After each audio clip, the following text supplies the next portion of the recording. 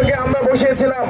আমরা সবাই চেয়েছিলাম এই সরকারের হাত ধরে গণতন্ত্র উত্তরিত হবে, কিন্তু আফসোস আমার এখন মনে হচ্ছে যে এই ইন্টারিম গভর্নমেন্টই হচ্ছে গণতন্ত্র উত্তরণের পথে সবচেয়ে বড় বাধা।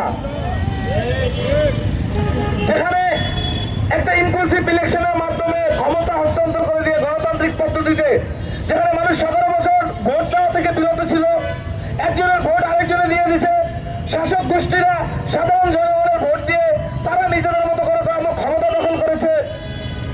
সেই জায়গা থেকে আমরা বের হয়ে সাধারণ জনগণ ভোট দিয়ে একটা ইনক্লুসিভ ইলেকশনের মাধ্যমে যারা জনগণের ভোটে ক্ষমতা যারা পাবে, যারা নির্বাচিত হবে তাদের হাতে ক্ষমতা বুঝিয়ে দিয়ে এই ইন্টারিমের চলে যাওয়া উচিত ছিল সম্মানের সহিত।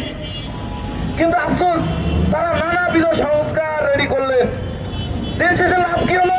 আপনারা এতগুলো সংস্কার প্রস্তাব করলেন, সেই সংস্কার প্রস্তাবের কোনো আইনি ভিত্তি নাই। সেই আইনি ভিত্তি কাদের দিতে হবে? একটা নির্বাচিত সরকারকে। গণভোট এবং জাতীয় নির্বাচন একই দিনে হবে এবং যারা সরকারে আসবে তারাই প্রস্তাবগুলোকে আইনি ভিত্তি দিয়ে পাশ করবে। তাহলে এই 2 বছর কেন আপনারা ডিলে করলেন? আপনারা কেন 3-4 মাসের মাথায় আইন শৃঙ্খলা পরিস্থিতি নিয়ন্ত্রণে নিয়ে একটা সুষ্ঠু নির্বাচন দিলেন না?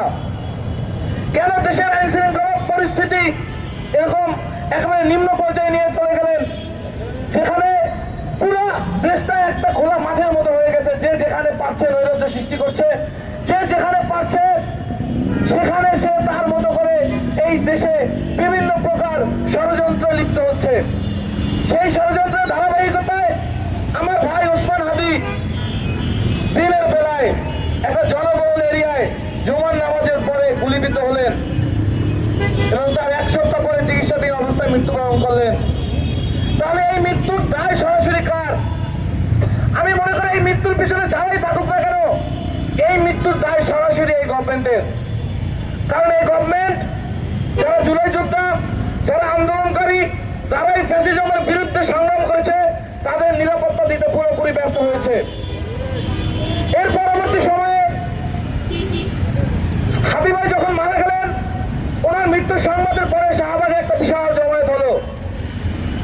সেই মুহূর্তে গভর্নমেন্টের উচিত ছিল সতর্ক হওয়া যে এই আন্দোলনের মধ্যে নানা গোষ্ঠী, বিভিন্ন উগ্রবাদী সংগঠন মিশে যেতে পারে, বিভিন্ন প্রকার হামলা মবের সৃষ্টি হতে পারে।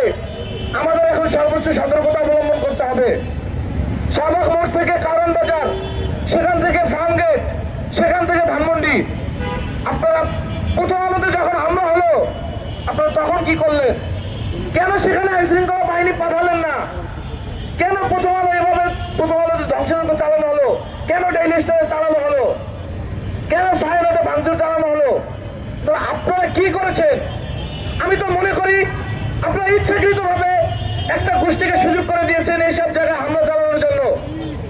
হামলা চালানো হয়ে গেছে, সবকিছু ভাঙচুর হয়ে গেছে, তারপর আপনি সেখানে আইন শৃঙ্খলা বাহিনী পাঠিয়েছেন। তারা গিয়ে এখন কি করতেছে? পুরো ভবনটাকে পাহারা দিচ্ছে। দিন শেষে কি লাভ হইল? এই লুটপাট, ভাঙচুর, অগ্নিসংযোগ, এগুলো আপনারা কোনো কিছু ঠেকাতে পারলেন না। তাহলে আপনারা সরকার থেকে কি করতেছেন? সেই সরকার প্রায় 1500 শহীদের রক্তের উপর দিয়ে, অসংখ্য আহতদের রক্তের উপর দিয়ে এই সরকার গঠিত হয়েছিল। এই সরকার হওয়ার কথা ছিল এটা জনবান্ধব সরকার। দেশের মানুষ রাতে শান্তিতে ঘুমাতে চায়, কিন্তু এখন সেই পরিস্থিতি নাই।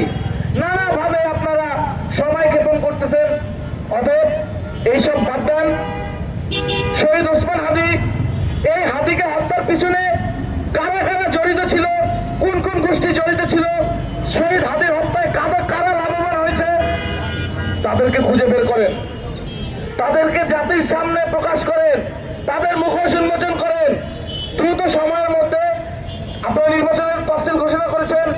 আমরা আশা রাখবো আপনাদের কাছে যে আপনাদের ঘোষণা করার সময়ের মধ্যে নির্বাচনটা দেবেন। এই দেশের সকল ক্ষমতার মালিক জনগণ। সেই জনগণ কাকে ক্ষমতায় বসাবে সেই সিদ্ধান্ত জনগণের উপর ছেড়ে দেন। আপনাদের ভাই আর কোনো সংস্কারের দরকার নাই। আপনারা সংস্কার করেছেন